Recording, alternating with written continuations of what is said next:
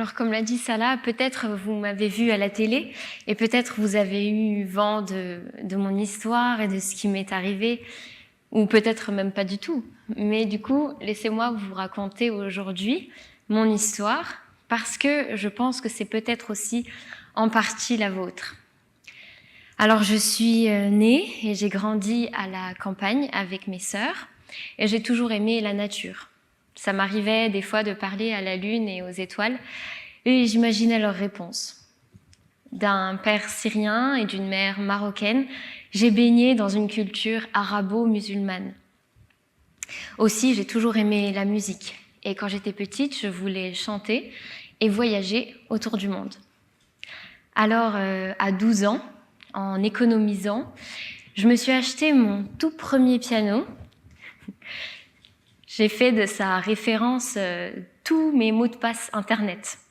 C'était, je m'en souviens, un Yamaha YPT200. Mais j'ai quand même changé mes mots de passe depuis, je vous rassure. Et c'est pour vous dire à quel point j'étais heureuse d'avoir un meilleur ami, parce que j'étais une enfant certes sociable, mais je me sentais souvent incomprise. Donc avec ce piano, quelques années plus tard, j'ai créé ma propre chaîne YouTube où je partageais mes reprises de chansons, de covers accompagnées de mon piano depuis ma chambre. Et ma famille, elle n'était pas au courant. Au lycée, à 16 ans, il y avait un concours de talent qui était organisé et j'ai une amie qui a mis mon nom en secret sur la liste de passage.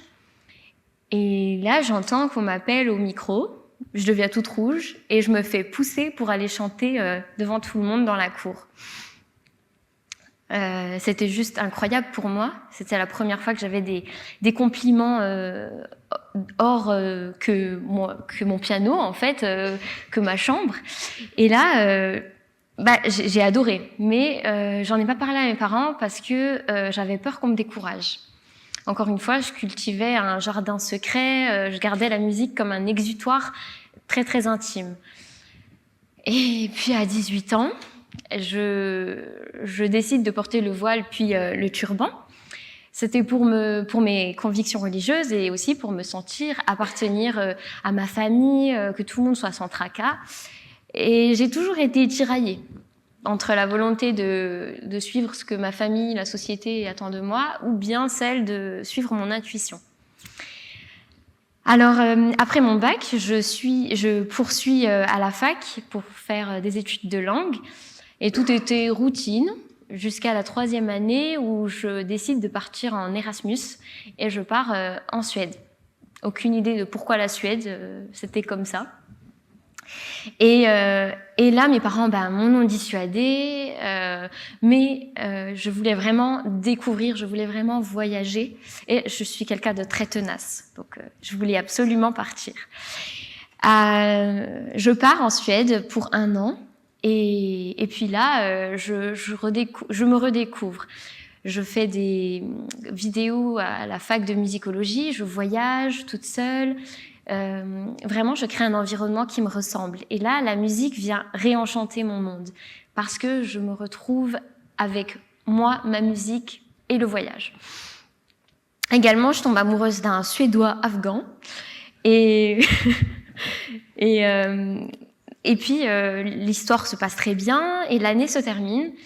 J'en parle à mes parents et là, non. C'est un non. Donc, on me dit, il faut que tu rentres en France, tu reprends tes études en master, et puis voilà, reprends ta vie normale.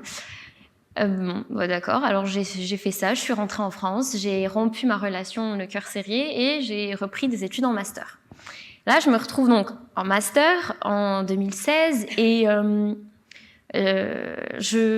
y a ma chaîne YouTube qui est toujours active, et je lis un commentaire sous une de mes vidéos où on me propose d'auditionner pour une émission, la fameuse émission The Voice France.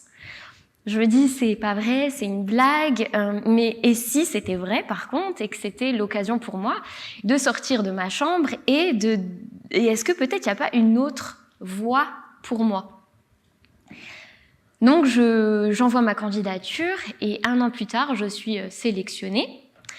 j'en parle encore une fois à personne, je garde ça très secret. Je fais les allers-retours pour aller à Paris. Et là, la magie opère. Je passe 1 étape, 2 étapes, 3 étapes. Je suis sélectionnée pour les lives. Et je me dis, il serait quand même temps d'en parler parce qu'on va me voir à la télé. Je peux plus trop me cacher. Donc, février 2018 arrive, le jour de la diffusion. J'en parle 1 semaine avant. C'est dire la surprise.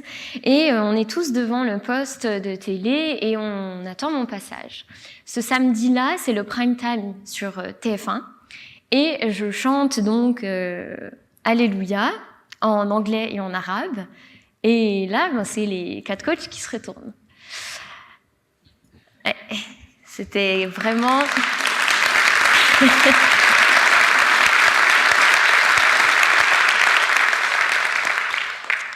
Donc les 4 coachs se retournent, j'étais chez moi avec mes parents, et là mon téléphone sonne, vraiment ça se passait en 24 heures. Les 24 heures qui ont suivi ça à la télé, mon téléphone a sonné, et je recevais des tonnes de messages, donc de félicitations, et là je vois des messages de haine. Vraiment, j'ai pas compris. Donc, le débat, il portait sur un post Facebook que j'avais publié il y a 4 ans auparavant et sur le fait que j'avais un turban. Bon, donc l'émission m'appelle pour monter en urgence à Paris et là, les messages continuent, ça s'arrête pas, je me sens vraiment, je perds toute confiance en moi et j'ai des personnes qui me jugent sans me connaître et d'autres qui m'encouragent, mais pas pour la musique, mais pour le symbole que je représente à leurs yeux. Les journalistes me posent des tonnes de questions et je fais la une des plateaux télé et je suis le sujet de débat. Et dans tout ça, moi, à la base, je voulais juste chanter, sortir de ma chambre et chanter. Donc après 1 semaine de pression psychologique, j'avais 22 ans, je décide à contre-cœur de quitter l'émission. J'avais gagné ma place pour les lives qui étaient prévus en avril et je quitte l'émission le cœur vraiment serré. J'étais à la porte de la réalisation de mon rêve, mais j'ai décidé de m'enfuir parce que je pensais que c'était le meilleur choix. Alors après tout ça, je me dis stop, je vais faire une pause. Et là, un jeune américain d'origine arabe m'écrit sur Instagram. Et donc le courant passe très très bien. À ce moment-là, j'écris plus, je chante plus. Je veux juste m'éloigner vraiment de tout ça, de mon pays, de la musique. Et lui, il me console. Et puis évidemment, on tombe amoureux. Et puis alors, il me dit viens, rejoins-moi aux États-Unis pour 3 semaines qu'on se voit. Je pars pour 3 semaines et à mon retour en France, donc quelques mois plus tard, on décide de se fiancer. On se fiance pour un mariage plus tard religieux. Et puis, au début, tout se passait bien. Après l'union, je me dis je vais aller m'installer avec lui carrément aux États-Unis. Allez, donc je pars à Denver.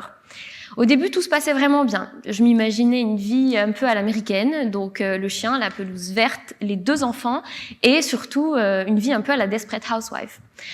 Donc j'essaie vraiment de me conformer à une vie normale, plus de musique, plus rien, sauf qu'il y avait toujours cet appel de la musique en moi. Et je faisais le choix de l'ignorer, mais pourtant j'avais mal, parce que j'étais encore une fois en train de m'auto-censurer. Alors, je faisais ça pour avoir la paix. Mais cette paix n'a pas duré, parce qu'en 2018, je reçois là une invitation royale, le vrai terme royal. Il s'agissait d'une invitation à venir chanter en Jordanie pour le roi à l'occasion de Noël. Donc ça, c'était le jour où j'ai chanté et je serre la main du roi. Et donc, moi, je me dis, c'est absolument fou, je suis reconnaissante. Ça me rappelle d'ailleurs le casteur de l'émission. Ça se trouve, c'est encore une fois une chance pour moi de sortir de ma chambre et de voilà m'affirmer dans mon identité. Donc, je cours vers mon mari, je lui dis, mais on va partir en Jordanie, c'est génial. Et à ma surprise, il refuse. Et sa famille me fait la morale sur l'immoralité de chanter pour des politiques. Et puis là, je me dis, c'est vraiment stop, il faut que je dise la vérité à tout le monde. Je me sens oppressée par lui, par sa famille, et surtout par moi-même parce que je reste silencieuse. Donc je prends quelques jours, je m'isole, et là, je prends une grande décision. Je me dis, je vais partir seule en Jordanie. Et je vais le quitter. Bon. Et puis, juste avant de partir, je méditais aux étoiles. Vraiment, j'essayais de trouver du réconfort. Et là, j'ai une phrase qui m'est venue et je voulais vous la partager. C'est que si tu as peur de ce qu'il arrivera en devenant toi-même, en fait, c'est vraiment en devenant moi-même que je n'ai plus eu peur de rien.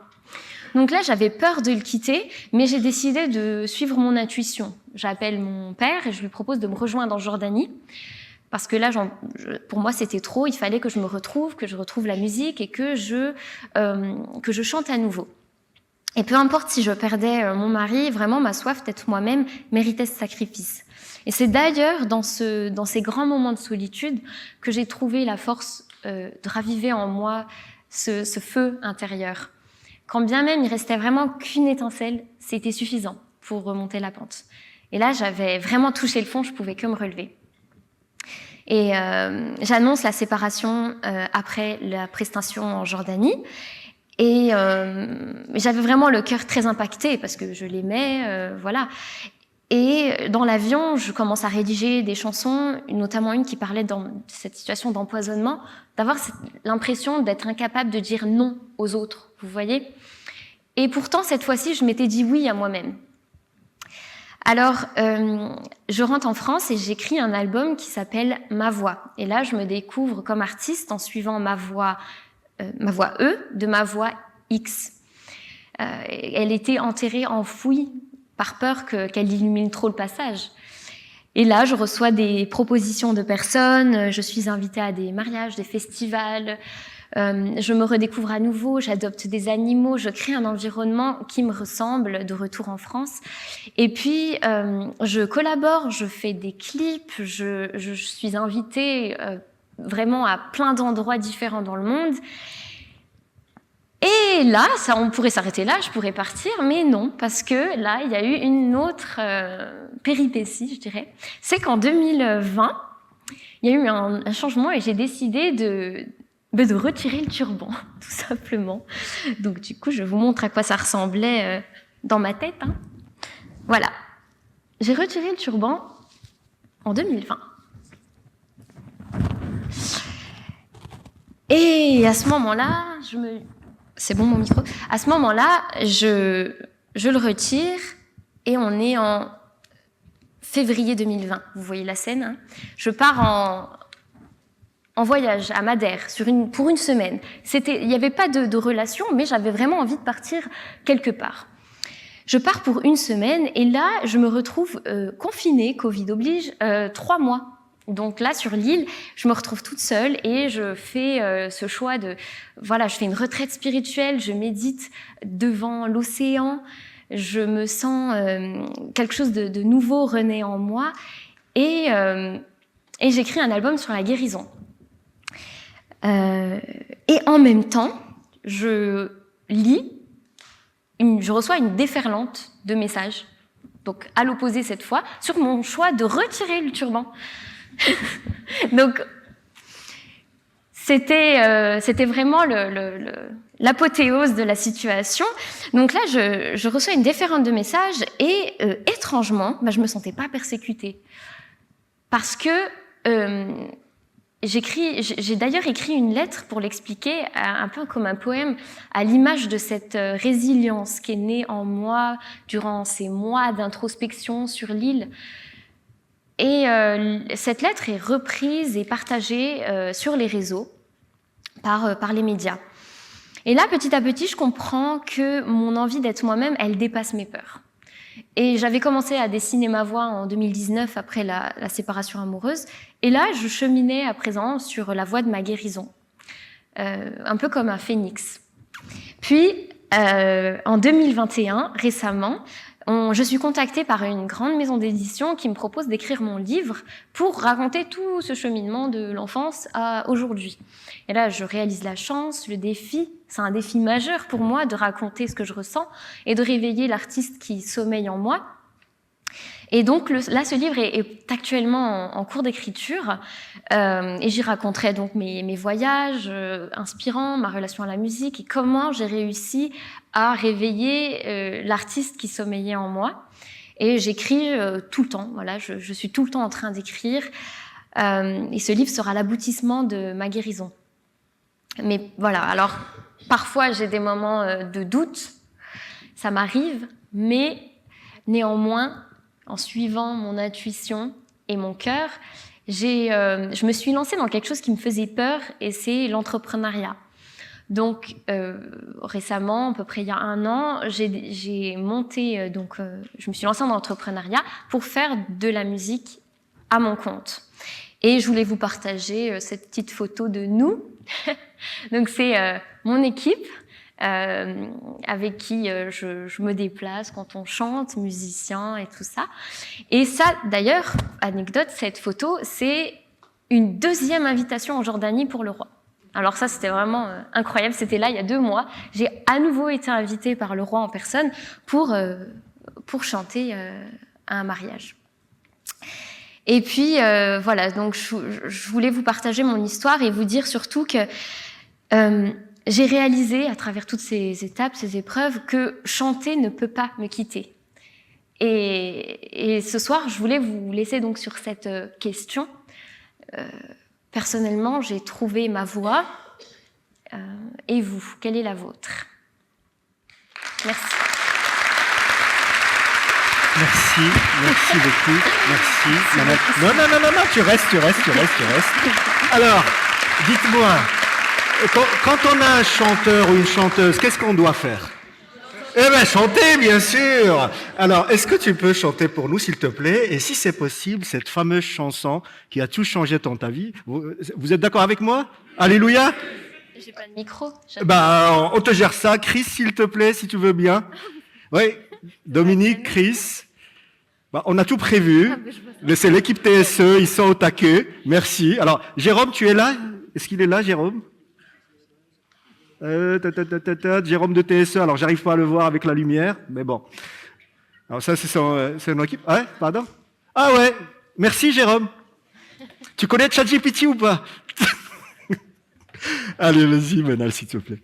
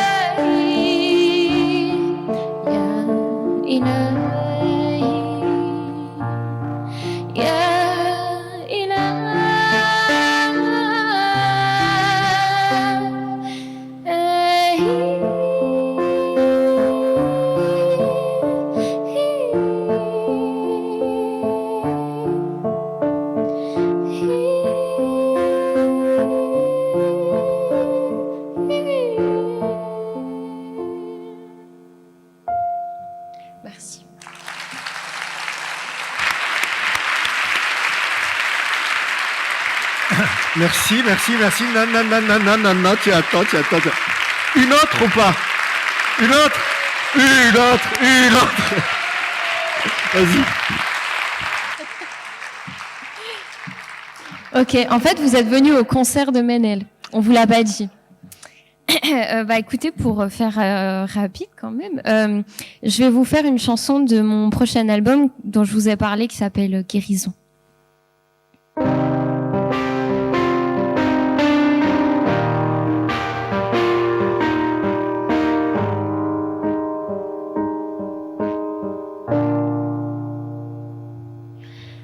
Lately, I've been telling my story to the sky.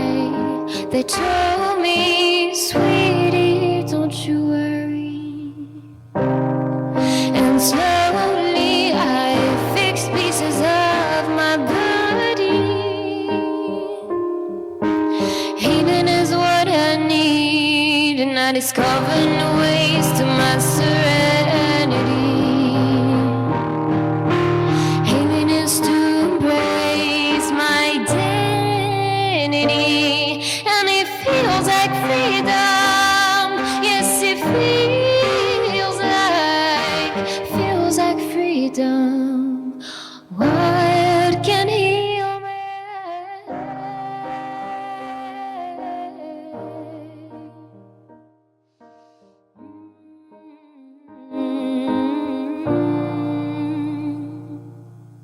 J'ai sûrement manqué quelques signes avant les réponses juste sous les yeux. Alors j'ouvre mon cœur et laisse partir la peur. Une fenêtre sur l'océan, renaître meilleur qu'avant. It feels like freedom, yes it feels like, and it feels like freedom. Just what can heal me? Oh, just what can heal me? Oh, حسيت بالحياة على موجات روحي. لقيت السلام في قلبي، نور الحب.